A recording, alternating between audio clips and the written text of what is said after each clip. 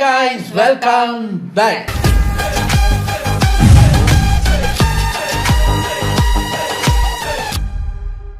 இன்னைக்கு நம்ம எந்த வீடியோக்கு ரியாக்ட் பண்ண போகிறோம் அப்படின்னு பார்த்தீங்கன்னா, நம்ம ராகேஷ் அண்ட் ஜெனி சேனல்லேருந்து வந்திருக்கிற ஒரு வீடியோ. அதாவது ஒரு 2 நாளைக்கு முன்னாடி ஒரு லைவ் பார்த்தேன். இவர் இப்படியெல்லாம் பேசுவாரா? ரொம்ப சாந்தமான நல்ல மனுஷனாச்சே, என்ன ஆச்சு அப்படின்னு பார்த்தா அப்படியே அவுட் ஆஃப் கேரக்டர் வந்து வேற மாதிரி பேசிக்கிட்டு இருக்காரு நம்ம ஜெயம் ரவி. கத்துறாரு, அழுறாரு. அந்த கண்ணை பார்க்கும்போது அவ்வளோ டிப்ரெஷனில் இருக்கிற ஒரு தெரியுது, அந்த ஃபேஸில் தெரியுது ரொம்ப மன உளைச்சல் இருக்காருன்னு. ஒரே வீடியோவில் அவர் எக்கச்சக்க விஷயம் சொல்லி வச்சுருக்காரு.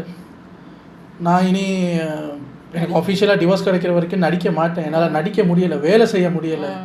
அப்புறம் ஒய்ஃப் மேலே அலிகேஷன்ஸ், பிளாக் மேஜிக் பண்ணுறாங்க, எனக்கு ரத்த வாந்தி வருது, இங்கே பாருங்கள் நானே என்னை அறுத்துக்க ஆரம்பிச்சிட்டேன், அவங்களுக்கெல்லாம் நான் சாகிறது தான் வேணும், அது கூடிய சீக்கிரம் நடக்கும். என்னங்க இப்படியெல்லாம் பேச ஆரம்பிச்சிட்டீங்க? அப்போ யோசிச்சு பார்த்தா எப்படி இருந்த ஆள் இப்படி மாறிட்டாரு. திடீர்னு என்ன ஆச்சு, ஏது என்ன ஒன்றுமா புரியலை. திடீர்னு 3 எழுத்து இட்லி நடிகைங்கிறாரு, அவங்கள போட்டு திட்டிக்கிட்டு இருக்காரு. என்னடா இது, என்ன நடக்குதுங்கிறத டீட்டெயிலாக நம்ம பார்ப்போம். இது ஒரு ஷார்ட் 9 மினிட்ஸ் வீடியோங்கிறதுனால டக்குன்னு பார்த்துட்டு போயிடலாம். ரெடி என் பிள்ளைங்களை பார்க்க விடாம என்னோட லைஃப்ஸ் ஹாப்பியஸ்ட் டேன்னு கண்ணை பாருங்க.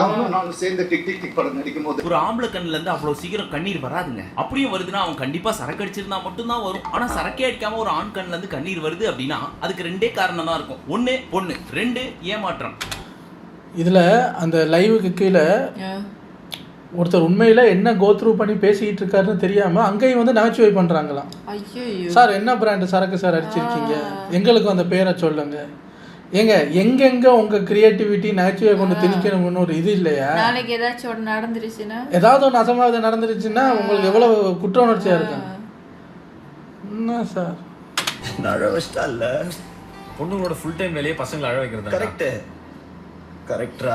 அதுக்காக இவரோட மனைவியான ஆர்த்தி தப்புனோ இல்ல கெனிஷா கரெக்ட் அப்படின்லாம் நான் சொல்லல. பட் இவ்வளோ வலியோட ஒருத்தர் பேசுறாரு அப்படின்னா அதுக்கான காரணம் இதுக்கு முன்னாடி சொன்ன அந்த 2 தான், வலி அண்ட் ஏமாற்றம் அப்படின்னு அவர் சொல்றாரு. பட் ஒரு காயினுக்கு 2 சைடு இருக்கும் அப்படின்னு சொல்லுவாங்க. ஒரு பக்கத்தை இங்க பார்த்தாச்சு, இன்னொரு பக்கத்துல என்ன நடக்குது அப்படின்றது நமக்கு தெரியாதுல்ல. எப்படியும் ஆர்த்தியா அவங்களோட ப்ரொஃபைல ஒரு போஸ்ட் போட்டிருக்காங்க, நான் இதுக்கு மேல அமைதியா இருக்க போறது இல்ல, வாயை திறந்து பேச போறேன் அப்படின்னு சொல்லி. சோ அவங்களும் பேசினதுக்கு அப்புறம் தான் உண்மை என்னன்னு தெரியும். உங்கள மோஸ்டா நிறைய பேர் பார்த்திருப்பீங்க இந்த வீடியோவை. ஜெயம் ரவி சாரி மோகன் ரவி எந்த அளவுக்கு ஃபீல் பண்ணி பேசியிருக்காரு அப்படின்னு சொல்லி. இருந்தாலும் ஒரு கிளிம்ஸை மட்டும் சொல்றேன். கடந்த 2 வருஷமா ரவி மோகன் 2 பேரும் க்ளோஸா இருக்கிறத நம்ம பார்த்துட்டு தான் இருக்கோம். ஆனா நாங்க ஃப்ரெண்ட்ஸ் மட்டும் தான் அப்படின்னு அவங்க சொன்னாலும் வெளியில இருந்து பாக்குற மக்களாகிய நமக்கும் தெரியும் கண்டிப்பா அதையும் தாண்டி புனிதமானது ஏதோ ஒன்று இருக்கு அப்படின்னு சொல்லி. தப்புன்னு சொல்ற நிறைய பேரும் இருக்காங்க, அதுல என்ன தப்புன்னு சொல்ற ரொம்ப நிறைய பேரும் இருக்காங்க. பட் லா என்ன சொல்லுது, உனக்கு இல்லற வாழ்க்கை பிடிக்கலையா தாராளமா டிவோர்ஸ் பண்ணிக்கோ, பிடிச்சவங்களோட வாழலாம், அதுல எந்த தப்பும் கிடையாது அப்படின்னு சொல்லுது. இங்கதான் பிரச்சனை ஸ்டார்ட் ஆகுது. இங்க ஜெயம் ரவி கெனிஷாவோட க்ளோஸா இருக்கிறது நிறைய பேருக்கு உறுத்தலா இருக்கு. காரணம் ரவி அண்ட் ஆர்த்திக்கு 2 குழந்தைங்க இருக்காங்க, சாரி வளர்ந்த பசங்களே இருக்காங்க. சோ அவங்க நிலைமையை கொஞ்சமாவது இவங்க யோசிச்சு பாக்குறாங்களா? இந்த கெனிஷாக்கு என்ன வேற ஆளே கிடைக்கலையா, கல்யாணம் ஆன பையனா பார்த்து தான் பிடிச்சி இவங்க சுத்துவாங்களோ? பாவம் ஆர்த்தி 2 பசங்களை வச்சுட்டு எவ்வளவு கஷ்டப்படுறாங்க, அவங்களுக்கு எவ்வளவு வலி இருக்கும். இப்படின்ற அவங்களோட வலி நினைச்சு இவங்க வலியை எடுத்துக்கிட்டு கெனிஷாவோட வீடியோ கீழே போய் இவ ஒரு ஆன்டி, இவ ஒரு டேஷ் அப்படின்னு டீல ஆரம்பிக்கிற வேர்டு, இவ ஒரு பி அப்படின்னு பீல ஆரம்பிக்கிற வேர்டு, இன்னும் கெட்ட கெட்ட வார்த்தையில போட்டு கண்ணா பின்னான்னு திட்டிட்டு இருக்காங்க.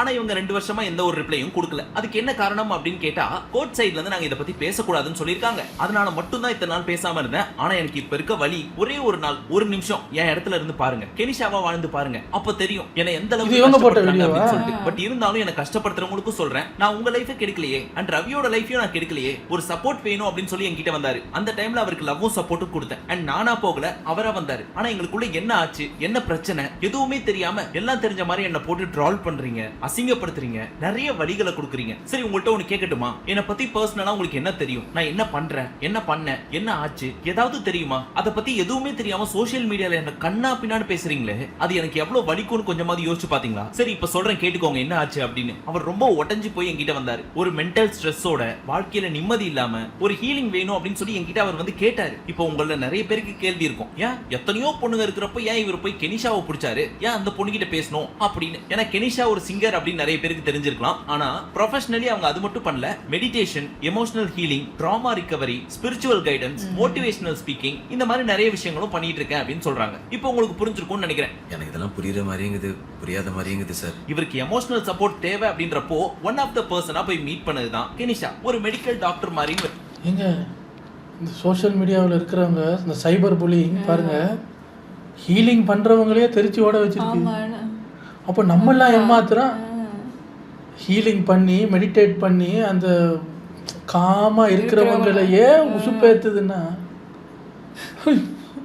வச்சுக்கோங்களேன். அந்த மாதிரி பேசுறப்போ இவங்களுக்குள்ள ஒரு நல்ல ஃப்ரெண்ட்ஷிப் கிரியேட் ஆயிருக்கு. அதை தான் சோ கால்டு க்ளோஸ்னஸ் அப்படின்னு இவங்க சொல்லிக்கிறாங்க. உங்களுக்கு புரியுற மாதிரி சொல்லணும்னா லவ்வா ஃபார்ம் ஆயிருக்கு. இருந்தாலும் அதுக்கு லவ்னு பேர் வைக்காம க்ளோஸ் ஃப்ரெண்ட்ஸ் அப்படின்னு சொல்லிக்கிறாங்க. ஒரு ஈவென்ட்ல நாங்க 2 பேரும் ஹக் பண்ண மாதிரி ஒரு வீடியோ வந்துச்சு. அதை பார்த்து நிறைய பேர் இவதான் எல்லாத்துக்கும் காரணம், இவளால மட்டும்தான் ரவி ஆர்த்தியை பிரேக் பண்ணிட்டு இவ கூட சுத்திட்டு இருக்காரு, எல்லாத்துக்கும் காரணம் இவதான், இவங்களால முன்னாடியே அது நடந்துருச்சுன்னு கற்பனை பண்ணி சின்ன பசங்க அழகான ஃபேமிலி அப்படிலாம் பேச ஆரம்பிச்சிருச்சு. ஒரு தூசலாம் கூட அது பரம்பரை தப்பு வந்தது கிடையாது. இன்னைக்கு இத்தனை சாணத்துக்கு முன்னாடி வந்து கத்துனீனா உன்னை யாரையும் நம்பாங்க. இப்போ நான் உங்கள்கிட்ட ஒன்று கேட்குறேன், ரவி என்ன குழந்தையா? அவரை எங்க கண்ட்ரோல் பண்ணி நான் என் கூட வச்சுக்கணும்? சரி, உங்களுக்கு தெரியாத ஒரு விஷயம் நான் சொல்லட்டுமா? என் லைஃப்ல நடந்தது. நான் எவ்வளவு ட்ராமா ஃபேஸ் பண்ணியிருக்கேன் தெரியுமா? விருப்பம் இல்லாத ஒருத்தரோட கல்யாணம் ஆச்சு, பிரெக்னென்ட் ஆனேன். ஆனா வயிற்றுலேயே என் குழந்தை செத்து போச்சு. என் அப்பா அம்மா 2 பேருமே இறந்துட்டாங்க. எனக்கு நீ யாருமே கிடையாது. நான் என்னங்க தப்பு பண்ணேன்? நான் அவர் நல்லா இருக்கணும் அப்படின்னு தான் நினைச்சேன். அவர் மட்டும் கிடையாது, திட்ட நிறைய பேர் நல்லா இருக்கணும் அப்படின்னு நினைக்கிறவனா? இப்போ என்ன, நான் தானே பிரச்சனை. இதுக்கப்புறம் நான் அவரை விட்டு வெளியே போயிடுறேன். இனிமே அவர் கம்ப்ளீட்டா உங்களுக்கு மட்டும் தான். எல்லாரும் நல்லா இருக்கணும். ஆனா ஒன்று சொல்ற போறதுக்கு முன்னாடி, சிஎம் சார், நீங்க நிறைய நல்ல விஷயங்கள் பண்றீங்க. இந்த மாதிரி சைபர் புல்லிங் பண்றாங்க தெரியுமா? அவங்களுக்கு அகைன்ஸ்டா ஏதாவது ஆக்ஷன் எடுங்க சார். எத்தனை குழந்தைங்க இறந்திருக்காங்க தெரியுமா? எத்தனை பொண்ணுங்க இறந்திருக்காங்க தெரியுமா? இதனால சோ ப்ளீஸ் இதுக்கான ஆக்ஷனை நீங்க கண்டிப்பா எடுப்பீங்க அப்படின்னு நம்புறேன். எல்லாரும் நல்லா இருங்க அப்படின்னு சொல்லிட்டு போயிட்டாங்கன்னா மொத்தமாவே போயிட்டாங்க. எனக்கு இந்த ஊரும் வேணாம், இந்தியாவே வேணாம்னு சொல்லிட்டு நான் ஆஸ்திரேலியா போறேன். காலையில இருந்து யோசிச்சுட்டு இருந்தேன், உங்ககிட்ட எப்படி சொல்றது என்ன. இதெல்லாம் அந்த வீடியோல சொன்னது. ஆனா வீடியோக்கு பின்னாடி என்ன நடந்திருக்கு தெரியுமா? இதுக்கப்புறம் நமக்குள்ள எதுவும் வேணாம், நீ நிம்மதியா இரு, நான் யாருக்கும் இடைஞ்சலா இருக்க விரும்பல அப்படின்னு ஜெயம் ரவிக்கு ஒரு நன்றி வணக்கம் சொல்லிட்டு போயிட்டாங்க. இத்தனை நாள் அமைதியா இருந்த ரவிக்கு பெரிய மென்டல் சப்போர்ட்டா இருந்திருக்காங்க கெனிஷா. ஆனா அவங்க போனதை இவரால ஏத்துக்கவும் முடியல. இன்னொரு பக்கம் இவரோட மனைவி அண்ட் இவரோட மாமியார் 2 பேரும் நான் அசிங்கப்படுத்துறாங்க, டார்ச்சர் பண்றாங்க. என் காசை கூட என்ன செலவு பண்ண விட மாட்டாங்க. நான் பெத்த என்னோட பிள்ளையே என்ன பார்க்க விட மாட்டாங்க. பிள்ளைங்களை பார்க்கலான்னு பார்த்தா பாடி கார்ட்ஸோட அனுப்புறாங்க. சரி, அவங்க தான் அப்படி பண்றாங்கன்னு பார்த்தா இந்த சைபர் புல்லிங் பண்றீங்களே, உங்களுக்கு எல்லாம் என்னங்க வேணும்? என் புள்ளைய பாத்துக்கலன்னு சொல்றீங்களே, 50 லட்சம் ரூபாய் என் 2 பிள்ளைங்களுக்குமான ஃபீஸ், அவங்க நல்லா இருக்கணும்ன்றதுக்காக நல்ல ஸ்கூல்ல படிக்க வைக்கிறேன். என் சின்ன பிள்ளையோட எப்பவுமே செஸ் ஆடுவேன், அவனுக்காக நான் தோப்பேன் அப்படின்னு சைபர் புல்லிங் பண்ணவங்களையும் தான் குடும்பம் பண்ண டார்ச்சரையும் கெனிஷா போனதையும் தாங்க முடியாம தான் இந்த அளவுக்கு எமோஷனலா பேசியிருக்காரு. இதெல்லாம் சொல்லி ஃபீல் பண்ணி பேசுறப்ப அந்த மனுஷனை பார்க்கறதுக்கு உண்மையிலேயே பரிதாபமா இருந்துச்சு. சோ இதுக்கப்புறமும் நான் பொறுத்துக்க முடியாது, எனக்கு டிவோர்ஸ் வேணும், டிவோர்ஸ் கொடுக்குற வரைக்கும் நான் நடிக்க மாட்டேன், என் படமும் இதுவும் பெருசா வெளியே வராது அப்படின்னு சொல்லி ரொம்ப எமோஷனலா பேசியிருக்காரு. எவ்வளவு பிரச்சனை கொடுப்பீங்க, யாரெல்லாம் கொடுக்குறீங்கன்னு உங்களுக்கே தெரியும், எவ்வளவு கொடுப்பீங்க. இத பாக்குறப்ப எப்படி தெரியுமா இருந்துச்சு? அப்படியே சந்தோஷ் சுப்ரமணியத்தை வேற ஒரு வெர்ஷன்ல பார்த்த மாதிரி இருந்துச்சு. சந்தோஷ் கேரக்டர் இவர்தான், ஆனா அப்பா கேரக்டர் இருக்கார் தெரியுமா, பிரகாஷ் ராஜ். அவங்க கேரக்டர்ல இவரோட ரியல் மாமியார் அண்ட் ஜெனிலியா கேரக்டர்ல கெனிஷா. அப்ப ஆர்த்தி யாருன்னு கேக்குறீங்களா? எங்க அப்பா அப்பவே சொன்னாருங்க அப்படின்னு சொல்லி ஒருத்தவங்க சொல்லிட்டு இருப்பாங்க தெரியுமா, அவங்க ரோல். என்ன பர்சனலா கேட்டீங்கன்னா அவங்க பாவங்க, அவங்க எல்லாம் எந்த தப்பு எப்படி போய் கனெக்ட் பண்ணிருக்காங்கன்னு பாருங்க. எங்க அப்பா அப்பவே சொன்னாருங்களா, தப்பும் பண்ண மாதிரி தெரியல. இதுக்கு மெயின் காரணம் எனக்கு தெரிஞ்சு அவங்களோட அம்மாவா தான் இருக்கணும். ஏன்னா பெரும்பாலான குடும்பத்துல வர்ற பிரச்சனைகளே இந்த மாமியார் பிரச்சனை தான். அது பொண்ணோட அம்மாவா இருக்கட்டும், பையனோட அம்மாவா இருக்கட்டும், தேவையில்லாம புருஷன் பொண்டாட்டிக்குள்ள நடக்கிற எல்லா விஷயத்திலையும் பூந்து பஞ்சாயத்து பண்ணி நல்லா போயிட்டு இருக்கிற குடும்பத்துல கும்மி அடிச்சு பிரிச்சு விடுறதுக்கு மெயின் காரணம் அவங்க தான். பொம்பளைக்கு அடக்க இருக்கணும், அகம்பாவ இருக்கக்கூடாது, பொறுமை இருக்கணும், போக்கி இருக்கணும். இதுக்கு ஜெயம் ரவி சார் அவர் வீடியோ போட்டதுக்கப்புறம் அவங்க மாமியார் தான் கவுண்டர் வீடியோ போட்டாங்க. அதுக்கு கீழே போய் மறுபடியும் அவங்கள கடிக்கிறாங்க.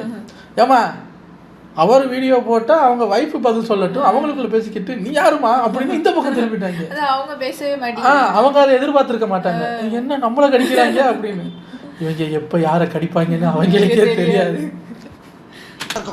பட் எல்லாரையும் சொல்லல, ஆனா பெரும்பாலான மாமியார், ஆனா நிறைய மாமியார்ஸும் இருக்காங்க. கிட்டத்தட்ட ஒரு மருமகளை பொண்ணு மாதிரி பாத்துக்கிற மாதிரி மாமியார், இல்ல மருமகனை தன்னோட பையன் மாதிரி இருக்காங்க. அந்த மாதிரியே ஜெயம் ரவிக்கு ஒரு மாமியார் கிடைச்சிருந்தா கெனிஷான்ற கேரக்டர் யாருன்னே நம்மள நிறைய பேருக்கு தெரிஞ்சிருக்காது. ரவியும் ஆர்த்தியும் தன்னோட பிள்ளைங்களோட சந்தோஷமா இருந்திருப்பாங்க இந்நேரம். நல்ல குடும்பம், நல்ல மதர். யூசுவலா மீடியா தான் இந்த மாதிரி விஷயங்கள்ல உள்ள பூந்து என்ன நடக்குது, அவங்க என்ன சொல்றாங்க, இவங்க என்ன சொல்றாங்க அப்படின்னு மாமியாரோட அக்கா மாதிரி பண்ணிட்டு இருப்பாங்க. ஆனா இப்போ ஒரு சிலர் 3 எழுத்து வார்த்தை உள்ள ஒரு நடிகை, அதுவும் இட்லி நடிகை அப்படின்னு சொல்லியே சொல்றாரு. அதுல இருந்தே நமக்கு தெரிஞ்சு போச்சு குஷ்பு தான் அப்படின்னு சொல்லி அவங்களும் உங்க குடும்பத்துக்குள்ள பூந்து நான் ஃபெமினிசம் பேசுறேன், பெண்களுக்கு நடக்கிற வன்கொடுமையை பத்தி பேசுறேன் அப்படின்னு சொல்லி ப்ராப்பரான பிரச்சனையை தெரிஞ்சுக்காம ஒன் சைடடா சப்போர்ட் பண்ணிட்டு இருந்திருக்காங்க போல இருக்கு. அதை பார்த்த உடனே இவர் கடுப்பாயிடுச்சு. இந்த அம்மாவால பெரிய பெரிய நடிகர்கள், அது 1 2 இல்ல 3 பேர் என் குடும்பத்தையே காலி பண்ணிருப்பா, ஜஸ்ட் மிஸ்ல எஸ்கேப் ஆயிட்டோம் அப்படின்னு சொல்லியிருக்காங்க. இவங்களுக்கு எல்லாம் என் குடும்பத்தை பத்தி பேசுறதுக்கும் என்ன பத்தி பேசுறதுக்கும் என்ன தகுதி இருக்கு அப்படின்னு பயங்கர எமோஷனலாவும் பேசியிருப்பாரு. அடுத்தவே குடும்பத்தை பத்தி பேசுறதுல அவனுக்கு எவ்வளவு ஆனந்தம். கரெக்ட் தானங்க. என்ன பண்ணிருக்கணும், ஒண்ணு மத்தவங்கள மாதிரி கேட்டுட்டு ஐயோ அப்படியா கஷ்டமா தான் இருக்கு, என்ன பண்றது, ஆண்டவன் எல்லா வாழ்க்கையிலும் இப்படிதான் விளையாடுறான் அப்படின்னு ஊர் கிளவி மாதிரி பேசிட்டு போயிடணும். இல்ல 2 பேர் பக்கமும் என்ன நடந்துச்சு அப்படின்றது தெரிஞ்சுக்கிட்டு போஸ்ட் போடுறது சப்போர்ட் பண்றதுன்னு ஏதாவது பண்ணிருக்கலாம். அதை விட்டு ஏற்கனவே கெனிஷா போன ஃபீலிங்ல இவர் இருக்காரு. இப்ப தேவையில்லாம அவரை நோண்டி நோண்டி அவரு கடுப்பாய் இந்த அம்மாவோட பாஸ்ட் எடுத்து நோண்ட ஆரம்பிச்சிட்டாரு. நம்ம குடும்பத்துக்கு இதெல்லாம் தேவையா குமாரு? சரி, நீ உங்க மாமியார்ட்ட போய் கேள்வி கேட்டா அந்த ஒரு மீம்ல என்ன போட்டிருக்காங்க அப்படின்னா, இவங்களோட அவரோட ஒரிஜினல் ஒய்ஃபு, அவங்க அம்மா, இவங்க குஷ்பு மேடம் அப்படின்னு கொஞ்சம் லேடிஸை போட்டு அந்த கவுண்டர் மணிசர் ஒருத்தவங்களை அந்த குமாரி பேபி துரத்தி அடிப்பார். இல்லை ஏன்டா குடும்பத்தை பிரிக்கிறேன்னா கும்பலாக வந்துருக்கீங்களேன்னு செந்தில் போய் கேட்பாரு. அந்த மாதர் சங்கம் நிம்மி அந்த டெம்ப்ளேட்டை போட்டு துரத்திக்கிட்டு இருக்கிற மாதிரி ஒரு வீடியோ நான் பார்க்குறேன். ஐயோ, அவங்க எவ்வளோ சீரியஸான பிரச்சனை பேசிக்கிட்டு இருக்காங்க, அதை கொண்டு இதோட கனெக்ட் பண்ணி இவங்க அதுக்கும் மீம்ஸ் போட்டுக்கிட்டு இருக்காங்க. ஆனால் அப்படிலாம் பண்ணாதீங்கன்னு சொன்னாலும் கேட்க மாட்டாங்க. கேட்டால் சொல்லுவாங்க நாங்களா போனால் அவங்களா தான் ப்ரெஸ் மீட் கொடுக்குறாங்க, அப்போ இப்படி தான் இருக்கும்னு அதில் சட்டம் பேசிக்கிட்டு இருக்காங்க. கோர்ட் எங்களை இதை பத்தி பேசக்கூடாதுன்னு சொல்லியிருக்கு. அதனால நாங்க எந்த ஒரு கமெண்ட்டும் கொடுக்க மாட்டோம். அவர் எங்க மேல தேவையில்லாம பழி போடுறாரு. அதெல்லாம் சரி மேடம், உங்க குடும்பத்துக்காக உங்க மெடிக்கல் செலவுக்காக கிட்டத்தட்ட 25,000 ரூபாய் மாசம் மாசம் அனுப்புறதா சொல்றாரு. அதெல்லாம் என்ன மேடம்? அது வந்து அந்த அம்மாவுக்கு ஞாபகமே இல்லையடா. இல்ல அப்படிலாம் ஒண்ணும் பண்ணல. அப்படி பண்ணியிருந்தாலும் மருமகனா அவரோட கடமை அப்படின்னு நினைச்சுக்கிறேன் அப்படிங்கிறாங்க. இந்த பிரச்சனையை ரொம்ப ஈஸியா முடிச்சிருக்கலாம். ஜெயம் ரவி அவரோட மனைவி கிட்ட போய் இந்த மாதிரிலாம் நீங்க பண்றது எனக்கு அசிங்கமா இருக்கு, நானும் ஒரு செலிபிரிட்டி, எனக்கும் ஒரு சில ஃபேன்ஸ் ஃபாலோவர்ஸ் எல்லாம் இருக்காங்க, அந்த மாதிரி இருக்கிறப்ப இந்த மாதிரி அசிங்கப்படுத்துறது, நான் சம்பாதிச்ச பணத்தை நான் செலவு பண்றதுக்கு ஒரு சில காரணங்கள் சொல்றதெல்லாம் கிளிய போட்டு கூண்டுக்குள்ள பூட்டி வச்ச மாதிரி இருக்கு. இதெல்லாம் நடக்க கூடாதுன்னா இதெல்லாம் பண்ண வேணாம், இதெல்லாம் பண்ணலாம் அப்படின்னு இவர் சொல்ல, அந்த சைடுல ஒரு மனைவியா அவங்களும் எனக்கு உங்க சிச்சுவேஷன் புரியுதுங்க, இதை நான் சரி பண்றேன் அப்படின்னு தன்னோட அம்மா கிட்ட பேசி இதை சரி பண்ணி எந்த பிரச்சனையா இருந்தாலும் நாங்களே பாத்துக்கிறோம், இதுக்கப்புறம் நீ உள்ள வராதமா அப்படின்னு அவங்க அம்மாவை ஆஃப் பண்ணியிருந்தா நல்லபடியா போயிருக்குமோ அப்படின்றது என்னுடைய தனிப்பட்ட கருத்து. நான் சரியா பேசுறேன், சரியா தான் இருக்கு. நான் சரியா பேசுறேன், ரொம்ப கரெக்ட். ஆனா ஒரு உண்மையை சொல்லணும்னா அவங்க வழி அவங்களுக்கு தான் தெரியும். இப்ப எனக்கு அடிபட்டிருக்கு அப்படின்ற வழி எனக்கு தானே தெரியும். அந்த வழியை உங்களுக்கு கொடுக்கணும் அப்படின்னா உங்க முட்டிலே ஒரு குத்து விட்டு அதே வழியை வர வச்சா மட்டும் தானே தெரியும். அப்படி அடிப்படலன்னா அச்சோ வலிக்குதா மருந்து போட்டுமா அப்படின்னா உங்களால அதிகபட்சம் கேட்க முடியும் எனக்காக. இப்ப எதுக்கு இந்த தேவையில்லாத டயலாக்னு கேக்குறீங்களா? இந்த பக்கம் ரவி அழுது இவ்வளவு ஃபீல் பண்ணி சொல்லியிருக்காரு. இது காயினோட ஒரு சைடு. இப்ப பார்த்தாச்சு, அவரோட வழியை நம்ம புரிஞ்சுக்க ட்ரை பண்ணோம், அதனால இப்படியான கருத்தெல்லாம் கொடுத்துருக்கோம். நாளைக்கு இவரோட மனைவியான ஆர்த்தி தன்னோட வாதத்தை எடுத்து வச்சு அவங்களும் ஃபீல் பண்ணி சொன்னாங்கன்னா தான் காயினோட மறுபக்கமும் நமக்கு தெரியும். பட் எல்லாமே சீக்கிரமா சரியாயி குடும்பத்தோட இவங்க வாழணும் சந்தோஷமா புள்ள குட்டிங்களோட அப்படின்னு வாழ்த்தி இந்த வீடியோவை நம்ம க்ளோஸ் பண்ணிக்கலாம். கெனிஷாக்கும் ஆல் தி பெஸ்ட், ஆர்த்தியோட அம்மாவுக்கும் ஆல் தி பெஸ்ட். மீண்டும் உங்களை அடுத்த வீடியோவில் சந்திக்கும் வரை நன்றி, வணக்கம், நமஸ்தே, நமஸ்கார். அம்மாக்கு எதுக்கு ஆல் தி பெஸ்ட் சொன்னீங்க?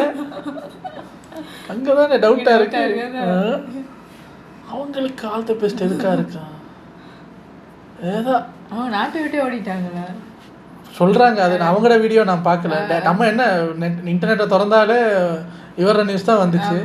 நான் இதுக்கு பின்னாடி அவங்க அப்படி பேசியிருக்காங்க, அவங்க அப்படி போயிட்டாங்கன்றதெல்லாம் தெரியாது. ஏதோ இவர் திடீர்னு இப்படி பேசுறாரு. அவரோட மாமியார் சைட்டில் குடும்பத்தில் இருக்கிற பழைய ஓடிப்போன எக்ஸ் மாப்பிள்ளையெல்லாம் கூப்பிட்டு வந்து சாட்சி சொல்ல வச்சுக்கிட்டு அவர் சொல்றாரு, இவர் தாங்க எனக்கு சீனியர், என்ன பண்ணாரு, எனக்கு முன்னாடியே ஓடி வந்தவர். அவர் சிரிக்கிறாரு. ஆனால் சொல்கிறேன், இந்த கவலையிலையும் காமெடி பண்ணிக்கிட்டு இருக்கீங்க. நான் ஒன்றுங்க, எவ்வளோ பிரச்சனை பண்ணாலும் வரலாம், என்ன பிரச்சனையாக இருந்தாலும் வீட்டுக்கு போய் நான் நிம்மதியாக உட்காந்து யோசித்து அதுக்கு ஒரு சொல்யூஷன் கண்டுபிடிக்கலாம். அந்த வீடே பிரச்சனையாச்சுன்னா அதான் எண்டு. அதுக்கப்புறம் எங்கே போகிறது? ஆனால் அவர் அது பேசுகிறத பார்க்கும்போது அந்த அந்த ஃபீல் விளங்கிச்சு. அது ஒரு மாதிரியாக இருந்தது. அவர் அந்த கண்ணை பார்க்கும்போது ரொம்ப ஹெவியாக உட்காந்து பேசிக்கிட்டு இருந்தார்.